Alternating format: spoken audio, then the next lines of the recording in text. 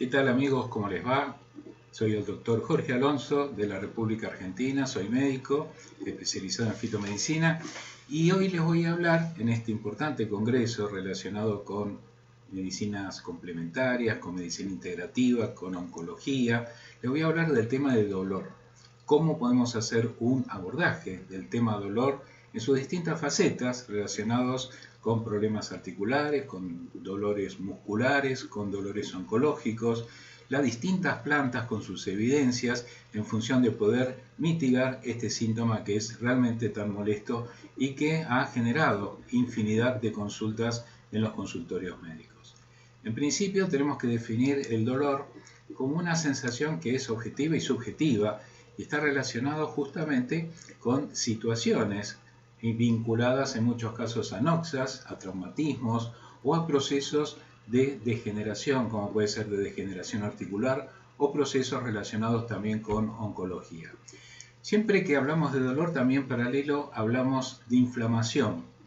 Fíjense que en la antigua Tétrada de Celso se hablaba justamente de que el proceso de la inflamación incluía el calor, el enrojecimiento o rubor, la tumefacción y el dolor. El dolor formaba parte de esa tétrada llamada Tétrada de Celso, muy famosa, a lo cual Galeno luego le adicionó el término de, o lo que se puede decir, la pérdida de funcionalidad. Esto significa que una rodilla de pronto que está entonces con calor, con rubor, con tumefacción y con dolor, luego perdía la posibilidad de flexionarse. De esa manera entonces se hacía allí en la antigua Roma una disquisición de lo que eran estos fenómenos. Como dijimos, el tema dolor tiene mucho componente subjetivo también, de ahí que tengamos en cuenta en muchos casos que se hacen abordajes desde el punto de vista, por así decirlo, psicosomático, muchas veces emparentado con creencias, como puede ser justamente cuando la gente en su fe religiosa acude a iglesias, lo hemos visto con la imposición de manos de Jesucristo, o como sucede en muchas iglesias donde están los llamados curas carismáticos, donde a través de las enseñanzas de Jesucristo, haciendo esas imposiciones de manos, logran mitigar el dolor en la gente. Los mecanismos intrínsecos en ese alivio de dolor son muy parecidos a los que puede lograr de pronto un fármaco químico, pero esto implica justamente que hay sistemas relacionados con la parte emocional que juegan un rol muy importante en estos procesos. Las sustancias que generan dolor son muchas, infinidad, ¿no es cierto? Están vinculadas a las reacciones que tiene nuestro organismo frente a una noxa.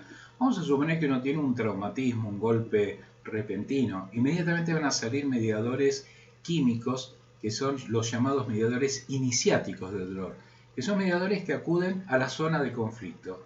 Se quedan un tiempo ahí y muchas veces esos mediadores químicos son responsables de generar dolor.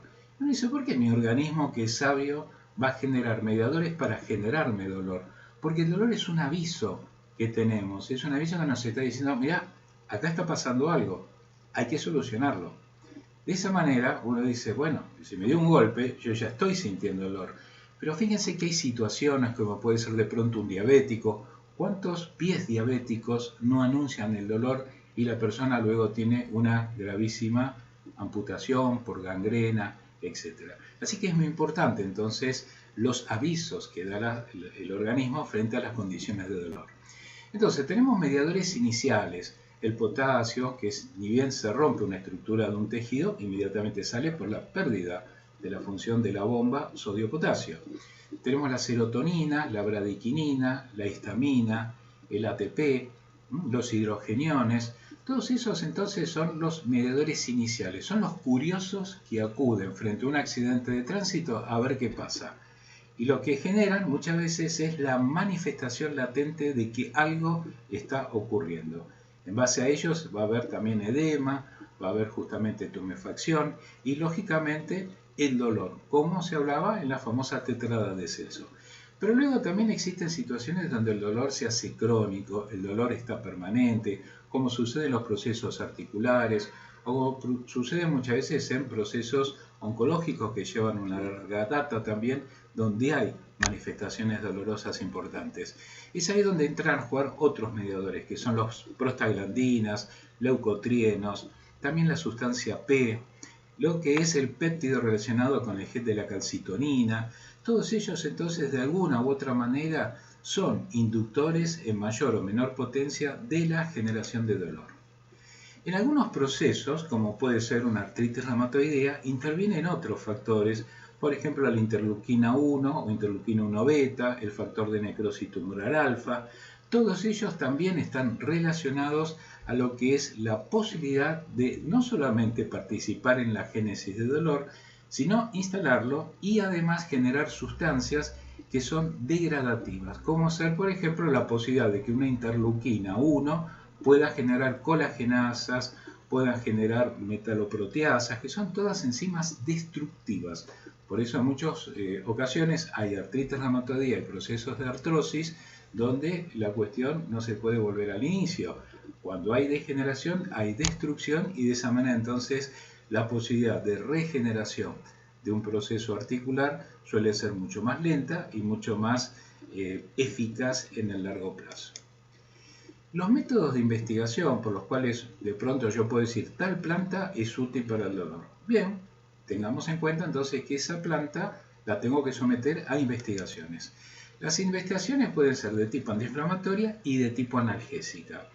Es muy famoso el test llamado de la carragenina que se hace en la patita del ratón, en la cual se inyecta la carragenina, que hoy se ha puesto de moda un poco como en los sprays nasales para hacer frente al COVID, a la invasión del COVID vía nariz, como para bloquear justamente su introducción en el organismo.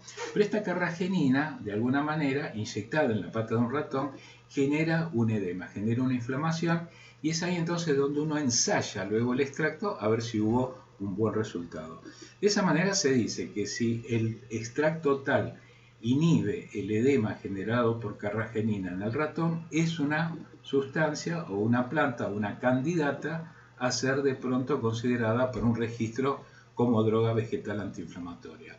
También se puede hacer esto en la oreja del ratón. También la oreja es muy sensible, pero en este caso no aplicamos carragenina, sino se aplica aceite de crotón, por ejemplo, que es o si no también el acetato de tridecanoilforbol, que son moléculas que se suelen utilizar con mucha frecuencia.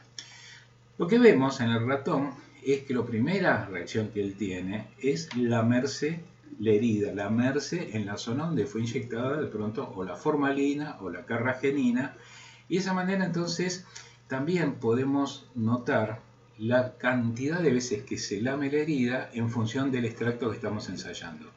Yo puedo ensayar de pronto un extracto con una planta y un extracto con placebo.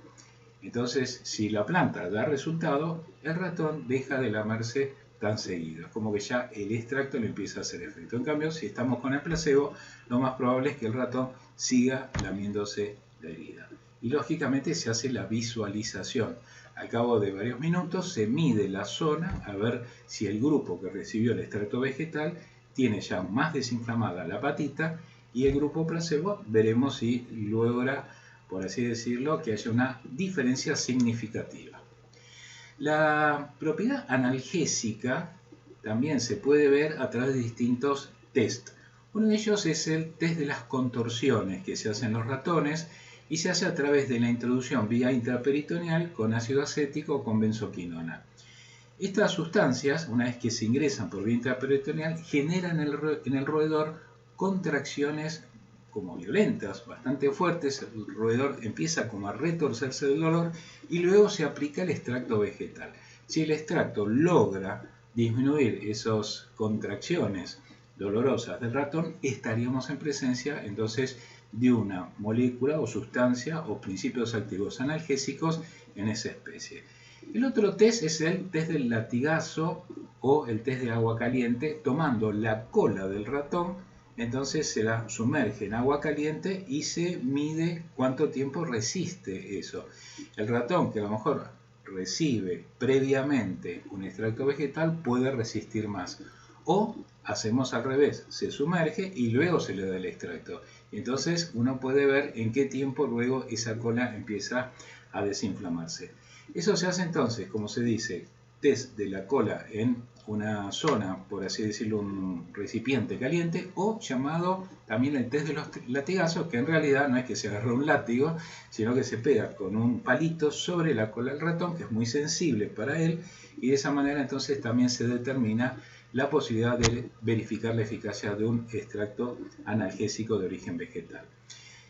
También está la prueba del hot plate, que es el test del plato caliente, en el cual al ratón se lo coloca sobre una suerte de hornalla, se prende el fuego abajo, es como si estuviéramos prendiendo un horno, pero con un plato. Ahí se pone el plato y ahí se coloca el ratoncito.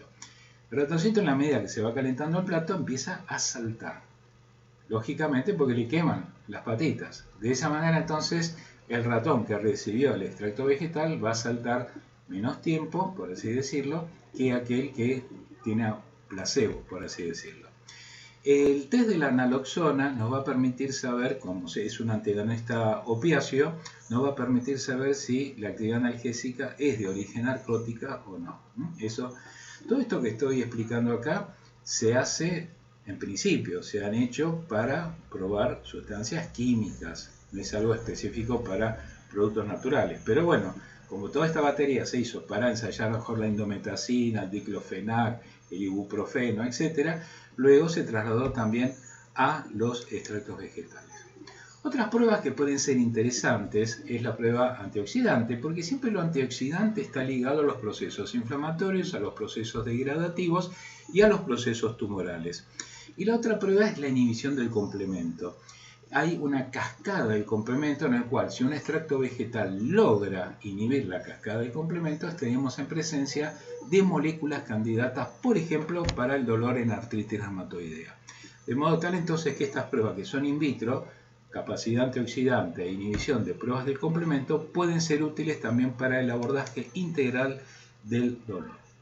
Tratamientos. Cuando uno va a hacer un tratamiento de dolor, vamos a tener primero que evaluar la parte no farmacológica, como ser, por ejemplo, el reposo frente a los ataques agudos, ejercicios de movilización lentos, pausados. Lógicamente no vamos a mandar al paciente a un gimnasio a correr una maratón, sino vamos a tratar de limitar la movilidad, especialmente de las zonas que están más afectadas. Las dietas vegetarianas son las que más se van a recomendar en función de lo que es el contenido de antioxidantes que suelen tener, sumado también a la posibilidad de generar un cuadro de desintoxicación, ¿no? Porque realmente las dietas vegetarianas es como que depuran el organismo, generan un efecto de drenaje, por así decirlo, muchas veces de toxinas.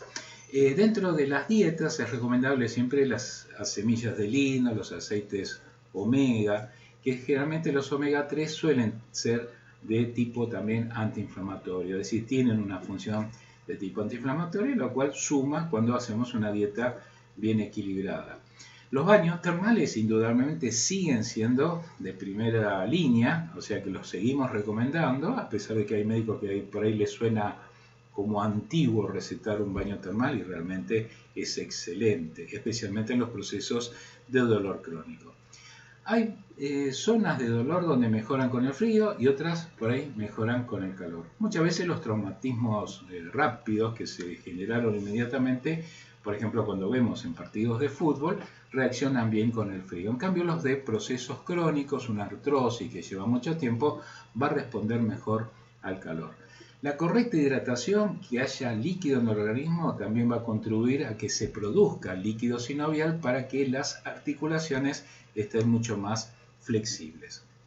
Bueno, los tratamientos antiinflamatorios de tipo no hormonal están relacionados con la mayoría de las drogas químicas que prácticamente todos conocen, ¿no? Por ejemplo, del grupo, y esto es una clasificación química, ¿no? Los ácidos carboxílicos, vamos a ver que de esas 7 familias que estamos viendo, vamos a tener drogas muy conocidas, ibuprofeno, el etodolac, ketorolac, diclofenac, paracetamol, la famosa aspirina que proviene del sauce y de la almaria. Vamos a ver otros grupos de los ácidos fenólicos, vamos a tener fenilbutazona, meloxicam y piroxicam.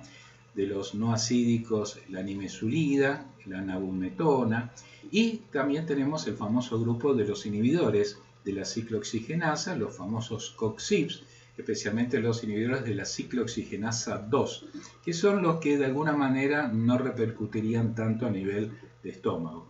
Acá tenemos entonces 6 de esos integrantes que forman parte del abordaje, por así decirlo, normal, convencional de los procesos relacionados con dolor e inflamación. También es cierto que tenemos derivados, por ejemplo, opioides, que se usan mucho ya en cáncer. Justamente tenemos la morfina, que es lógicamente una de las drogas más utilizadas. También la codeína, que si bien antiguamente se usaba en los jarabes de la tos de los chicos, luego se incorporó la codeína a los abordajes de dolores crónicos, ¿no? Tenemos fentanilo, tramadol, que también se usa mucho en los procesos de dolor oncológico. Todos estos están de alguna manera vinculados a los llamados opioides, que provienen, por ejemplo, los primeros 5 provienen directamente del Papaver somniferum, que es la planta de la adormidera. Efectos adversos, también se ha hablado mucho de los efectos adversos de los productos químicos, por eso a veces uno le escapa a este tipo de productos, a sabiendas de que pueden generar daño a nivel gastrointestinal, desde problemas simples como una dispepsia hasta gastritis crónicas, úlceras y sangrados, problemas hepáticos, donde empiezan a alterarse las enzimas, plaquetas, empiezan a generarse alteraciones a nivel de la agregación plaquetaria y también trastornos renales, especialmente vinculados con la filtración glomerular. La toxicidad de las drogas antiinflamatorias y que se utilizan también para el dolor también es conocida por todos. Tenemos algunas que son más tóxicas que otras, ¿no? Por ejemplo, en negro la más dañina, por así decirlo, es el ketorolac, el cual hay que manejarlo con mucho cuidado.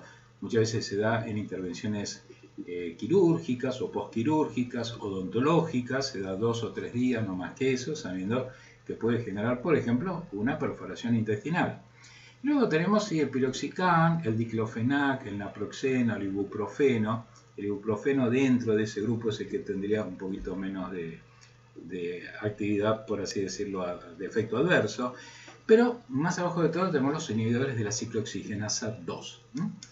De estos, acá tenemos, por ejemplo, 7 ejemplos.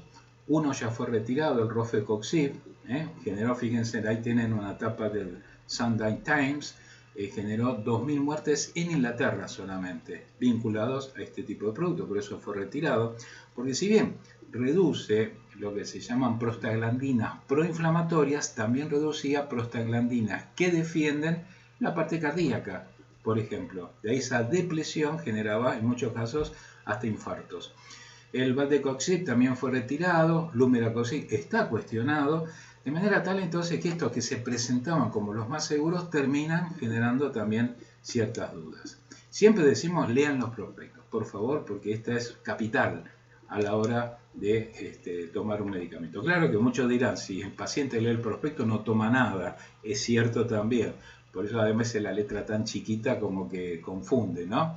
Pero bueno, es importante leer porque a veces al médico se le pueden pasar cosas, incluso de interacciones con fármacos que el paciente ya está tomando, y los prospectos suelen decir interacciones en un lenguaje no tan fácil para la gente, ¿no? Pero bueno, es importante que siempre el paciente consulte y lea. Tratamiento fitoterápico. Los fitoterápicos tienen eficacia, indudablemente. Quizás uno puede decir, mejor no tiene una impronta tan fuerte como un producto químico, pero vamos a ir viendo casos que el producto, cuando lo damos, se posiciona bastante bien. Tiene mucha más seguridad, mucha más tolerancia, no son costos demasiado elevados, muchos son de venta libre. Que lo de venta libre es una ventaja y una desventaja, porque como desventaja induce mucho a veces la automedicación del paciente, lo cual no siempre es del todo bueno.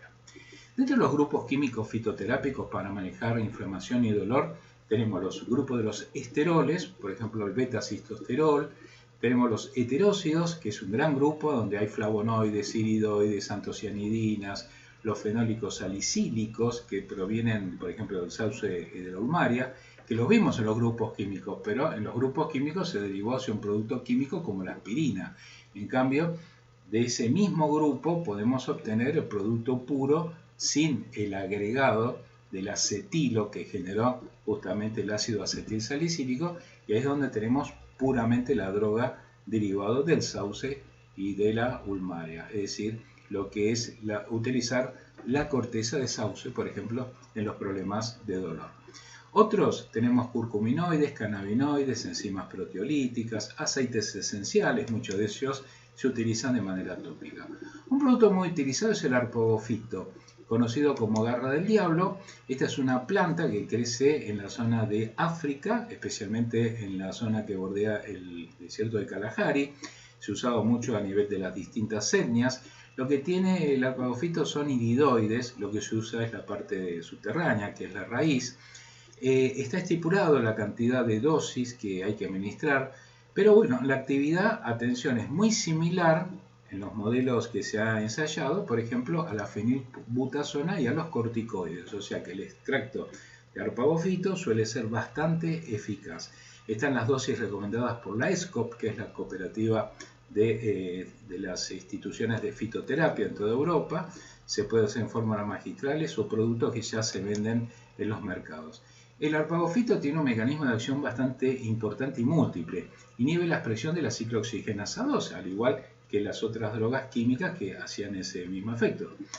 También puede inhibir la INOS, que es justamente la inductora de la secreción de óxido nítrico. Entonces, esa es otra de las vías en las cuales muchas veces cuando se produce mucho óxido nítrico hay inflamación, y la posibilidad de inhibir reduce esa inflamación y contribuye a los efectos analgésicos. Inhibe la formación de leucotrienos, en muchos casos relacionados también con sustancias oxidativas, disminuye la síntesis de metaloproteasas, que están activadas por la interleuquina 1 beta, inhibe la síntesis del factor de necrosis tumoral alfa, que es inducida muchas veces por lipopolisacáridos, inhibe la migración de leucocitos, que están relacionados a la fase inicial del dolor, y además tiene capacidad antioxidante. Productos que ya se venden extractos con arpagofito, generalmente son de 400, 500 miligramos y se manejan 1 a 2 cápsulas diarias. Los salicilatos vegetales son los que derivaron, siempre decimos, de la ulmaria o del sauce. Acá también tenemos otras plantas que también pueden derivar fenólicos salicílicos, ¿no? Como ser, por ejemplo, el abedul, la gaulteria, el álamo, son también generadores de este tipo de moléculas. La corteza del sauce quizás es la más frecuentemente utilizada. Tiene un compuesto que es la salicina, que inhibe el factor de transcripción nuclear, que es conocido como NFKB. Ese factor está muy vinculado a procesos no solamente relacionados con dolor, sino también a procesos tumorales. Es muy importante siempre que haya moléculas que puedan inhibir ese factor de transcripción nuclear. Esta corteza de sauce genera un efecto analgésico, antiinflamatorio, no tanto agregante plaquetario, es leve el efecto antiagregante, y sí es más efectivo una aspirina, porque el agregado del acetilo justamente le da ese carácter, mayor capacidad antiagregante. Los productos se suelen vender con 240 miligramos en base a salicina. Si son productos estandarizados siempre es mejor, y se utilizan realmente con mucho éxito. Acá ustedes tienen un poco la vía por la cual se descubrió el ácido salicílico, parte del sauce, y luego el recorrido que hace la molécula cuando lo consumimos, un extracto de sauco, una tintura, una infusión. Lo que vamos a obtener es salicina. Dentro de ese extracto se va a transformar en alcohol salicílico, luego se absorbe a nivel intestinal y en hígado se transforma en ácido salicílico. Lo que hizo Bayer luego le aplicó la acetilación y logró el ácido acetilsalicílico, que con esto potenció el efecto de la aspirina. Le agregó un efecto antiagregante importante, pero se genera por el agregado del acetilo los problemas relacionados con la gastritis. Justamente la intolerancia gástrica en las mucosas hace que ese acetilo no sea tan benéfico como no ocurriría justamente si consumimos la corteza de sauce de manera normal. Hay productos que también se aplican, que son derivados fenólicos salicílicos, que se aplican en forma de cremas, como ser el salicilato de metilo, que proviene en muchos casos del abedul o de la gaulteria, e incluso muchos se utilizan a nivel veterinario. Es importante señalar las enzimas proteolíticas, por ejemplo, papaína y bromelaína. La papaína está en la papaya, la bromelaína está presente en el ananá o la piña. La dosis que se manejan son 500 miligramos hasta 1,5 gramos diarios. Hay cápsulas de 500, se pueden dar hasta 3 cápsulas diarias con muy buenos resultados. Las enzimas proteolíticas se usan mucho en la parte de dolor oncológico y también en procesos osteoarticulares. Bueno, acá tenemos un trabajo publicado justamente en pacientes con problemas relacionados con artritis reumatoidea, donde la bromelina también se puede dar con buenos resultados. Tenemos productos en los mercados que vienen en cápsulas por lo general. Recuerden que la bromelina está no en la piña, digamos en el fruto que uno come, sino en las partes no comestibles, muchas veces en las hojas, en el tronquito duro que queda de la rodaja de piña que a veces dejamos, ahí hay mucha bromelina. Inhibidores de la ciclooxigenasa 2, aparte también tenemos a la cúrcuma. La cúrcuma que bueno, tiene innumerable cantidad de beneficios, como podemos ver, no solamente la parte de dolor, de inflamación, es gran antioxidante, coadyuvante en enfermedad de Alzheimer, reduce los riesgos de enfermedades cerebrales por la inhibición de la lipoperoxidación, lo cual tiene directa relación con las arteriosclerosis. Bueno, es en realidad una de las moléculas más estudiadas y en el COVID también hoy se está aplicando la cúrcuma por inhibir justamente proteasas que colaboran con la multiplicación del coronavirus. En el tema de la cúrcuma tiene una gran implicancia en los procesos de dolor, de inflamación y es coadyuvante en los procesos oncológicos. De ahí que se use mucho, especialmente si se le adiciona piperina o pimiento negro, se mejora notablemente la posibilidad de biodisponibilidad de los curcuminoides. Bueno, acá simplemente mostramos ensayos clínicos con los curcuminoides, por ejemplo, ensayos doble ciego en osteoartritis con muy buenos resultados, más trabajos como pueden ver en distintos tipos de afecciones osteoarticulares. La cúrcuma, entonces, como dijimos, recuerden que debe biodisponibilizarse mejor y los productos para lograr esa mejor biodisponibilidad deben tener pimiento negro o piperina. Productos con cúrcumas hay muchos en el mercado, que en la leyenda puede aparecer pimienta negra, que siempre le va a dar un cariz mucho mejor y más sólido.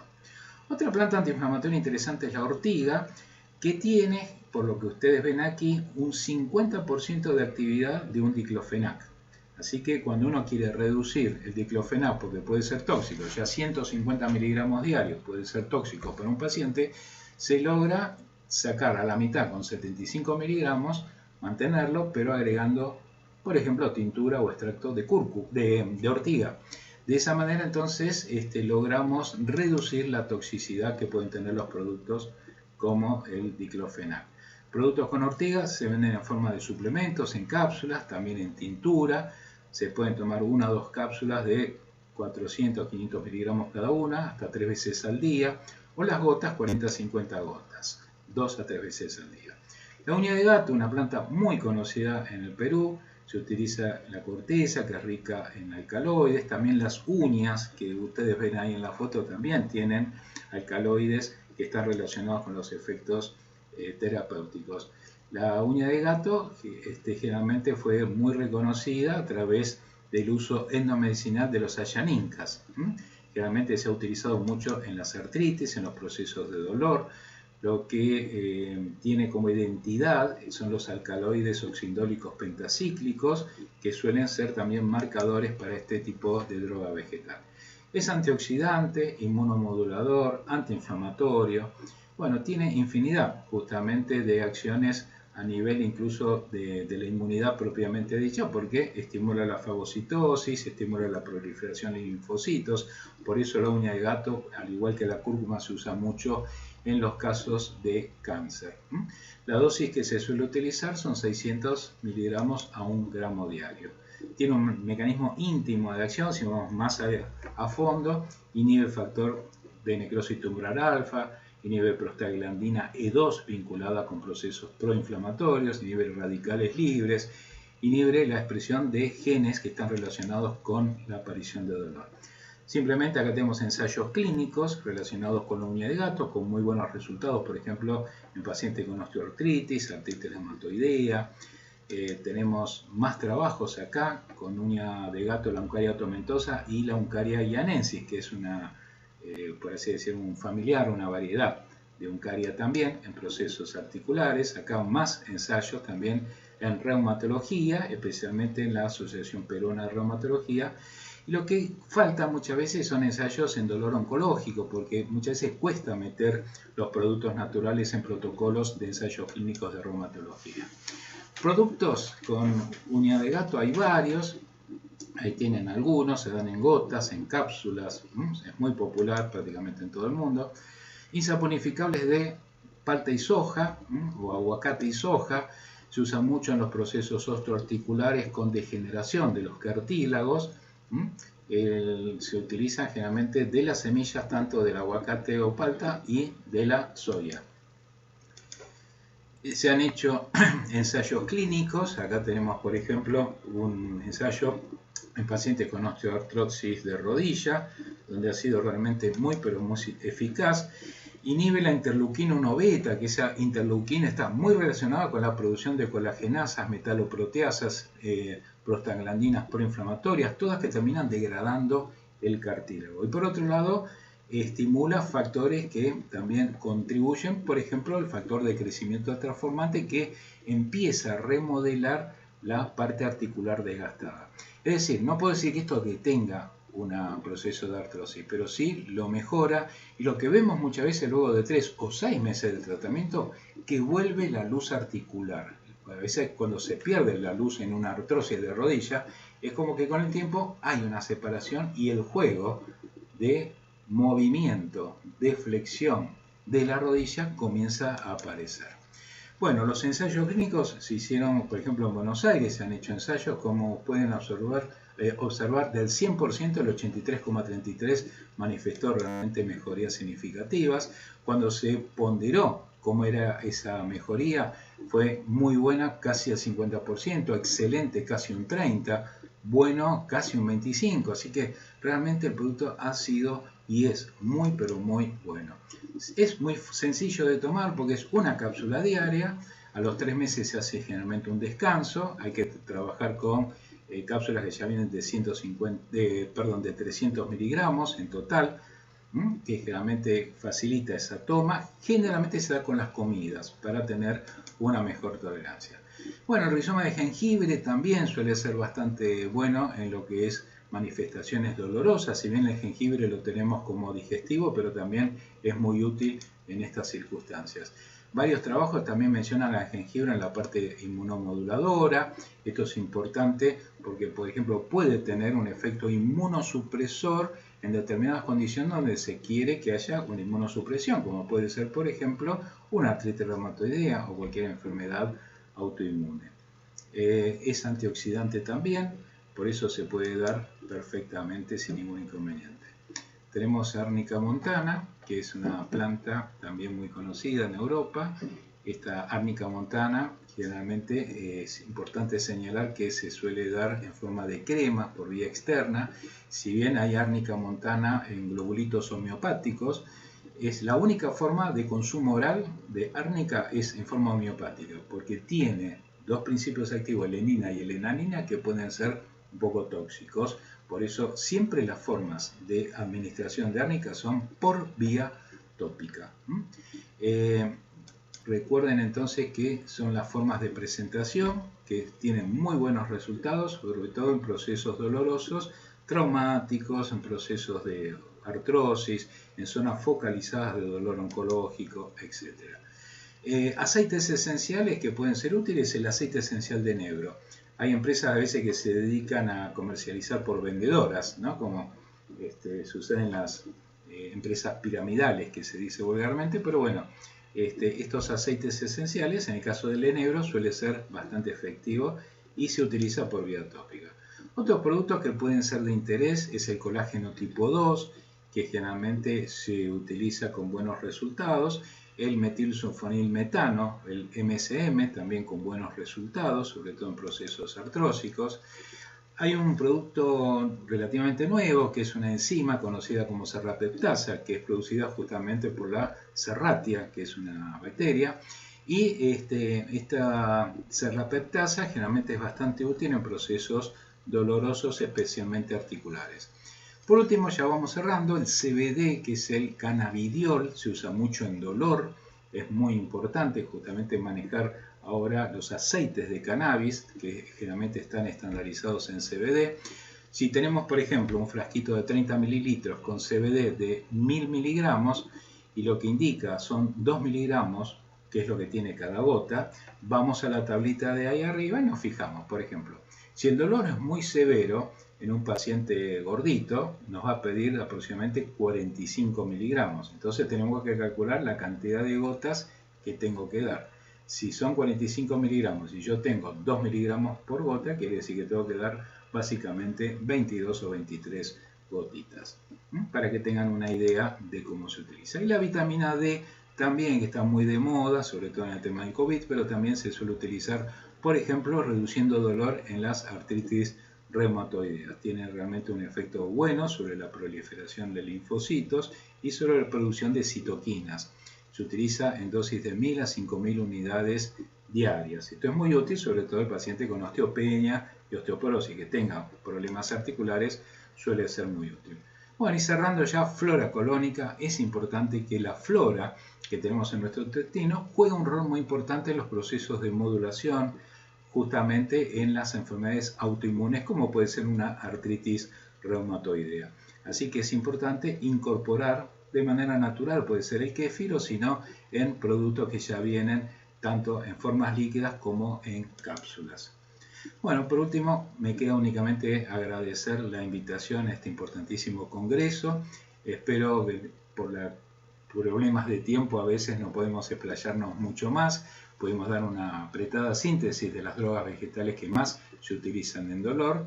Y ahí tienen las formas para que se puedan contactar a través del mail, a través de la página web o a través también de las redes sociales. Muchísimas gracias y hasta pronto para un nuevo encuentro relacionado con plantas medicinales, medicina integrativa y oncología. Muchísimas gracias.